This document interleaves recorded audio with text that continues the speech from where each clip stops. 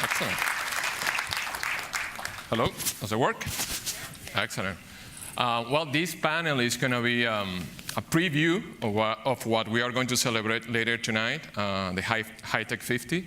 And for me, it's an honor to invite our panelists, Max, Gloria, and Patty, who later will introduce themselves. So please take a seat.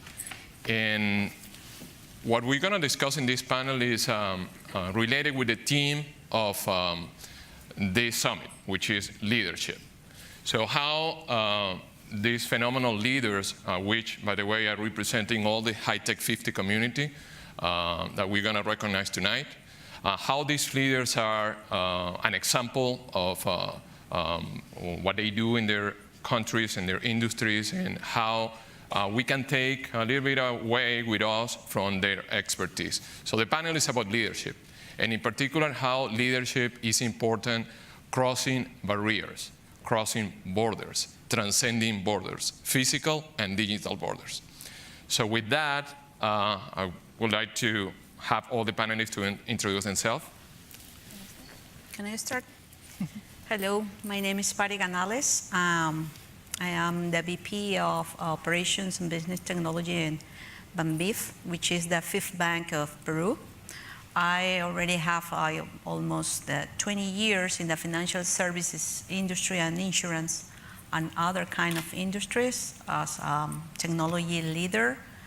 I am a systems engineer, and I have a couple of degrees and MBA. Great. Hi, my name is Gloria Lorenzo, and I manage an organization within Oracle who is responsible of all of the products that Oracle sends that are not in English, and that includes all the different variations of Spanish, Portuguese, Brazilian, up to 44 languages. My organization is spread across 32 countries. I have a computer engineering degree, and my night job, as they've been talking here, I launched 10 years ago a program called Oracle Women's Leadership in Spain. It was the first time it was launched outside of the US, and through that I actually was able to work in many programs for girls, at risk of exclusion, for doing something for them to get interested in STEM careers, etc. So it's been a parallel career really to what I'm doing in Oracle now. Yeah. Hi, my name is Max Tremp.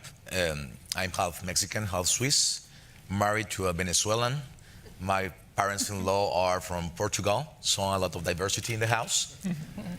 No, I work for Cisco Systems. I lead the systems engineer, pre-sales engineering organization in Latin America. And I also have the honor to serve at the board of directors of the Cisco Foundation in the US. I eat my quesadillas with Gruyere, and I put tequila on my fondue. That's good. So one of the things that I really appreciate and recognize from this panel, from the first thing is that we are diverse in the panel, 50-50, right? So which is something that we're going to say tonight about the HITEC 50. For the first time in HITEC, we will have 50% of the awardees being females and 50% males. So that's really...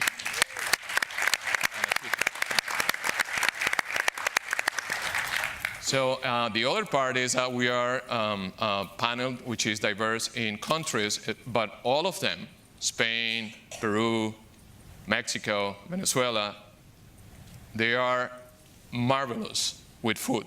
So I appreciate all the food from all these countries. So food that I really love, good. Especially Mexican and Spanish and Peruvian food. So talking about leadership. First question, for your experience as leaders, what have you learned in your leadership about the challenges crossing barriers, crossing borders, physical or digital? So can you share a little bit of that? Maybe Max, starting with you. Sure. Well, when you start on the leadership career, and that does not start when you start having people reporting to you. It starts when you start giving an impact. You're focused more like in an objective. So you start executing, and that's you become a machine, and you get results, and that's it. No, when you start expanding, your responsibilities and your leadership, especially when you start working with other countries, you need to become more empathic. We are all Latins, but we all have our differences, and people need to feel that you understand them, that you care about them. So that you respect the different kinds of thinking and the different best practices that each country has. So I think that's the biggest one. You need to start listening more than talking. And that's maybe one of the hardest skills for a good leader to develop, listening with all your being. Right. In my opinion, you need to be very similar to you as well, very strategic, and kind of try to go one step ahead of the team, because otherwise the team can die of success, and I think it needs to be evolving. You don't need to have all the answers, you need to have the right questions, and obviously listen to the team. And I think it's also quite important that it's a reflection of a true leader when the organization is made out of good leaders and potential leaders. It's not only a job for yourself, you need to bring your team behind. If you think only about yourself, it's probably not going to work. So I think it's important that you involve everybody. Before I go into Patty with the question, in your case, Gloria, that you have so many languages to support, and I imagine a lot of that is people working remotely. Yeah. So how you cross those borders that are also, digital, because you need to be connected with all of them. So how your leadership skills change or evolve in that different need, which is digital connection, right? Well, first you need to be very open-minded and think that you're not always right. I always tell a little story. When I went to India to visit my team, I had lunch with them, and they're all the time eating with their hands, and we'd always been saying, no, you can't eat with your hands, you need to use your forks. And eventually I told them, they were asking me, why don't you eat with your hands? They think, it's not really nice, And he said, what is not really nice is to eat with your fork. And I said, why? So because you don't know how many mouths that fork has been. It's like, wow. And I'm coming here thinking the right thing to do is not eating with your hands, and it's not actually. Maybe they had a really good point. Mm-hmm. So I think that helps to be open and to understand what they're doing. That's one side. The other side is you need to be accommodating for time differences. I think that's quite important. And to enable a workspace that is made out of a virtual space and a physical space, because you need to have people that might be taking calls late on the evening, early in the morning. So I think having enough tools and enough systems for people to accommodating and working is quite important. Excellent. No presence. As a bank, we challenge a lot with several partners, maybe in different sides of Americas. Or maybe you are talking with Brazilians, or even though Venezuelans or American people too. So it's very challenging in terms of how you are going to face it, how you are going to approach the methodologies, for example, how are going to be the deliverables, and how you understand each term or the scope. So you must, sometimes you should be very precise beforehand. Mm-hmm. You need to be in advance checking or trying to find people who is more like a hub in order to set that role that is going to keep going the project or maybe the communications. Right now we are running projects with Europeans. Guatemala, Venezuela, Peru, and Ecuador. So we were facing very bad times, and a way to approach to fix this situation of that we were struggling was to meet all the people. Even though you have this virtual contact, we chose a country, and all the people was together trying to define all the standard processes, and we make it. Then later on, the project was easy and very fast and very precise and on time. But sometimes you need to adjust what will be the best approach. And you sometimes learn in the middle of something. But the proactivity and being ahead is the key in order to define which moves you want to do are going to work. Excellent. As each one of you, as a successful leader, I know that you really care and spend time paying back to the communities, right? So in your case, Max, with the foundation, Gloria also with Women in Technology. I know that Patty is also very involved locally.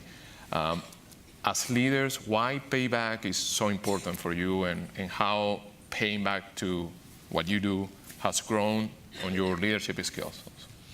Okay, before I jump into the leadership part, I will say on the personal side, you start on things that you're concerned.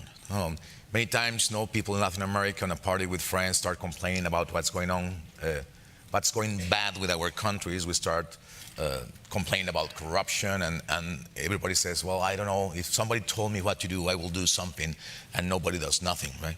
So you start maybe by not giving bribes, that's you. And then you start maybe telling other people that you can get along without giving bribes. And then it spreads a little bit. In my case, afterwards, I start donating money to Mexicans Against Corruption. And then the more you get involved, the more your world opens. So when I had the fortune to start working for the board at the Cisco Foundation, it's like seeing the sea for the first time. It's so huge, it's so beautiful, it's so full of possibilities that you see that you can do things in education, hunger relief, and really connecting that to leadership. You start getting out of the leadership of your company, even though it's good for business. And that's one of the frameworks that we need to break. Social responsibility is good for business. Sometimes you may not connect it in an easy way, just like why Cisco is donating $50 million to end the beggars in San Jose. Because we know that if people are, even if they are connected to the internet, if they have no place to sleep or if they have nothing to eat, they cannot extract value from the technology, right? So it's good for business. But beyond that, if you step outside of your company, you get involved in your community, and then in your country, across countries, just like on the last panel they were saying, if we start taking the labels out, if we put the label of human beings, now we are competing against the Martians, right? So it's not Brazilians versus Argentinians on soccer. So it transcends. And then you really can become a global problem solver. You can start helping the world solve their biggest problems if you act locally. And that takes your leadership to another level. And that's a good leadership exercise for the people that, other leaders that report to you. You say, okay, I want business results, but I want you to show real leadership. So move your people on social responsibility. And at the end, you receive more than what you give. If you make it honestly, not looking for the spotlight, not looking for politics and look good, you receive much more than you give all the time. Right. I completely agree. I think being a leader only on the business side is not really being a leader. You need to be a leader in many different places. And I think the most rewarding is when you actually spend time with a kid, showing what you do, and they come back saying, I want to be a computer engineer, or I want to work in Oracle or something like that. So I think that is that you get for every time that you get 10 times more. I think it's extremely rewarding, and I think it's really is a way to develop further than to your operation. So yeah. I will say that giving back is part of the ADN. In my special case, is like professionally and personally. So social responsibility is raising money maybe for build houses, but when you go to spend time building the houses, shows you that you have a kind of different style of leadership, because you are part of the team. You are not leading the construction of the house. You are working with your peers, which is the group that is thinking that this objective is very good. So if you go to paint a neighborhood, you are showing leadership too, because you can align to the team, and you are going to be a mess at the end of the afternoon of that day, right? And you are going to be exhausted, and maybe you are not the best painter in the world, but you are going to have fun. And all this group are going to recognize that there's a different style of leadership there. So I like to do these social community activities in that way. Right. If you let me add just one more point here. No, the Cisco Foundation, together with Gartner, we throw a new study on the readiness of a country to move their economy to a digital economy, the digital transformation. Mm-hmm. And we got 7 metrics. Of course, some metrics are around business, some are around legislation and business and investment. But it was really interesting that for a country to really make the leap to a digital economy, you need to solve the basic human needs. Once again, just because of what the homelessness example I gave you. So it's if we really want more people on the banking system, well, we need them to have their basic needs covered so they can become our customers. So it's a metric that I will ask everybody not to forget. It's the Maslow pyramid, right? To go to right. with the digital transformation. No, that's great. Going and extending that from another angle, how the impact can be done in a global economy. There is an interesting component of the different generations of people, the millennials, centennials, Gen X. Right? How, as a leader, you can manage all that population in your team, all the different generations successfully? And probably let's start with Patty in this case. Well, that's a tough one, right? I must say when you have a very huge team, it's very difficult because you need to share some leadership styles, actually. You need to understand how to approach to a millennial or how you can approach to a baby boomer. Different ways, different approaches. In some way, you can find some synergies or some common things like a sense of purpose. I guess this little thing that is very difficult to find is going to give you a very good hint to approach them. It's like baby boomers. At this time, there are not, well, I must say, to be as fast as information goes. But when you approach them, challenging to extend, to rebuild, to re-architect, to redesign, or do stuff like that, they are going to be passionate about. If you go with a millennial, they are very curious. You need to give information or ask questions, and they are going to do the research for you so you can rebound ideas with them. So it's not an easy one, but you need to learn with them. And you be too very humble, I would say, in order to hear them and have some share activities, or just ask them, what do you think, how do you approach? Okay, let's find people to answer these questions, and it's very collaborative environment that you need there. Great. Okay. Yeah. Great. I think I think they were saying Bank of America has 5 generations. I think the workplace should be like a family. You should have, generations at different level and manage to learn how to deal with them. I find you need to change. Millennials, in my experience, have very little attention, or I mean, they like things very short, 140 characters. You send a big memo, probably they're not going to read about it, so you need to customize. But then they bring as well many different things. we've been introducing doing videos, making videos for our type of work coming from them because it's really more interesting and it really helps the other. So you have to be constantly learning and being open. And I think being millennial is not really a question of age, it's a question of mindset as well. And I think I mentioned one of my most millennial employees is a 67 engineer in Hungary who's absolutely like a kid. And we're all praising that he never retires, but obviously at some point he will. But I think you really need to adapt and be open to get the richness instead of being rigid. But it's challenging, quite. And you were saying part of that, no, Max, about listening more than talking, right? Right. Which is very important to understand different generations, no?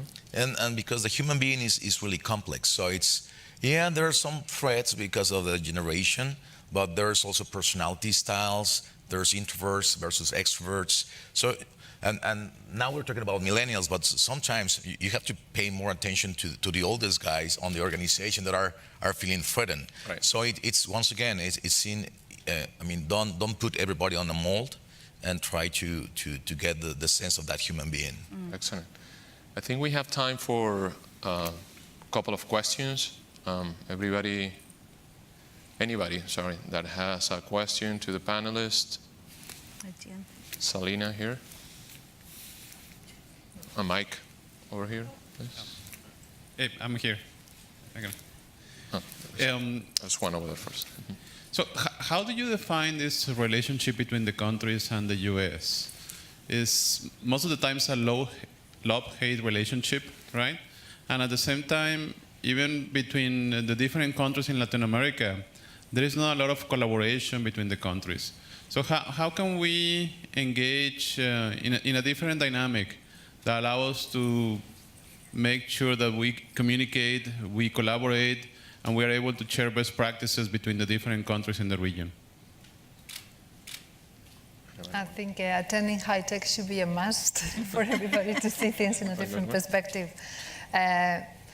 We always have this idea about, obviously, Americans being different or whatever. I'm really impressed, and I think by working with an American company, by being here, it kind of opens your mind about the challenges, people can do things and they can believe in that. I think for Spanish people, at least from Spain, it would be really great because we are very static and now unemployment for under 30 is in and around 50%.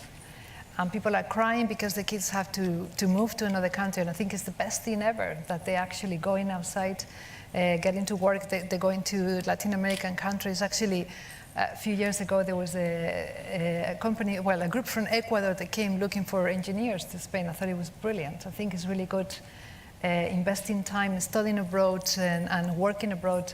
That will really help. But we need to get out of our comfort zone, get out of our countries and encourage exchanges or whatever. I think this event is a very good proof of that, definitely.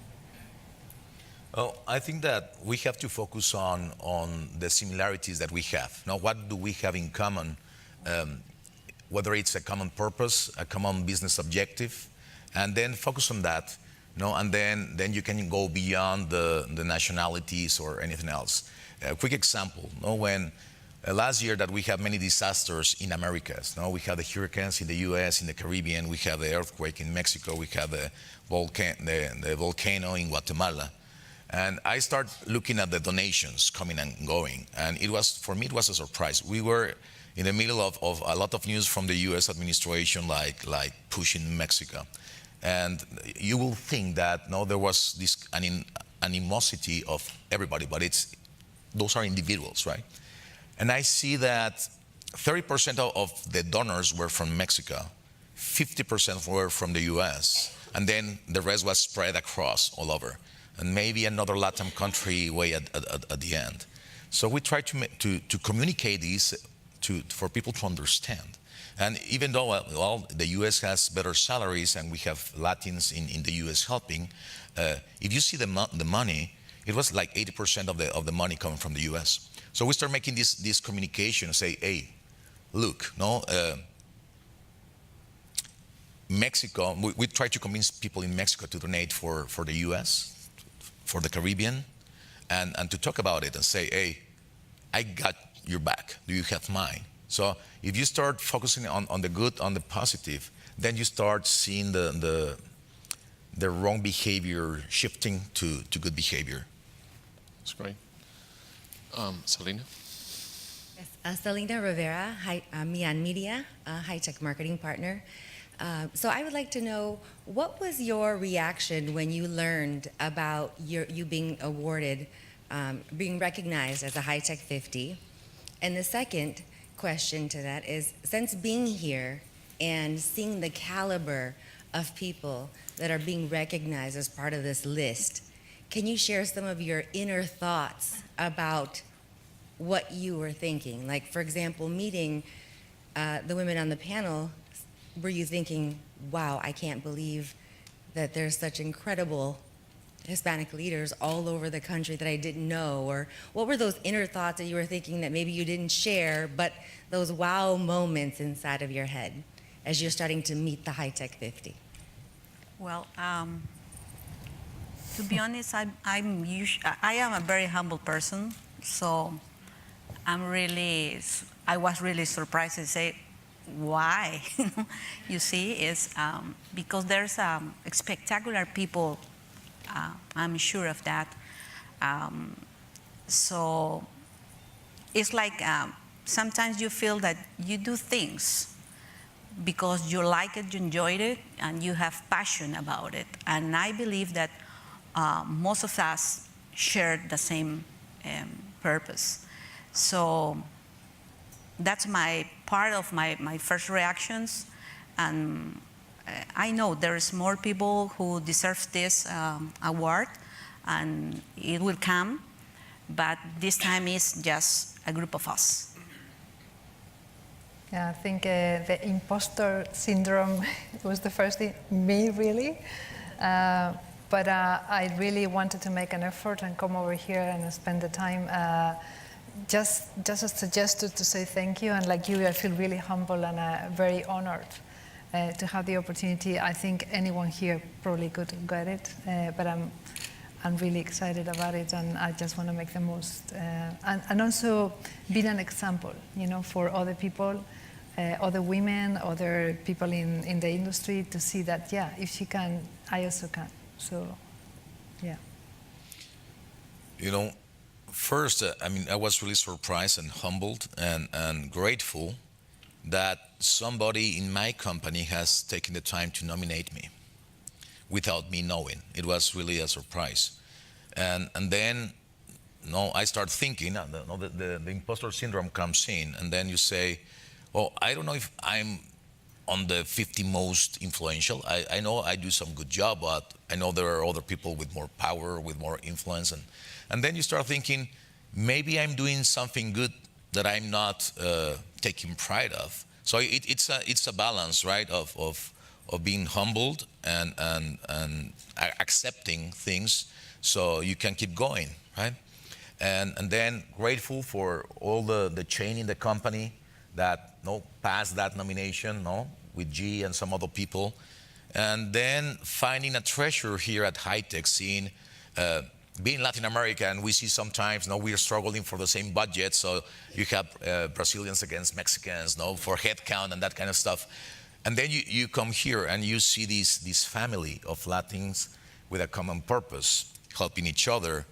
And I fell in love with the motto, push up, pull up. Mm-hmm. That's great. I think we are done with the questions, right?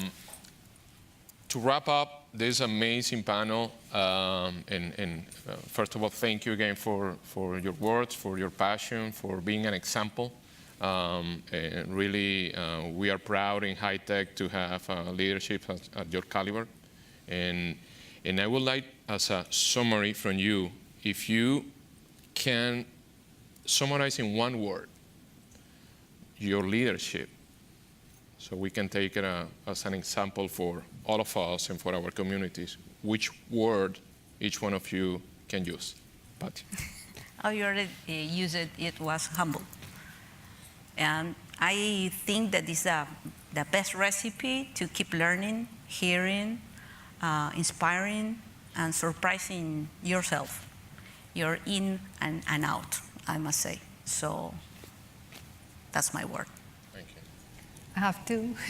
It's open-minded. I think being curious helps you to not be sleeping, to grow, to learn, and to be alert, and always think that tomorrow is going to be better.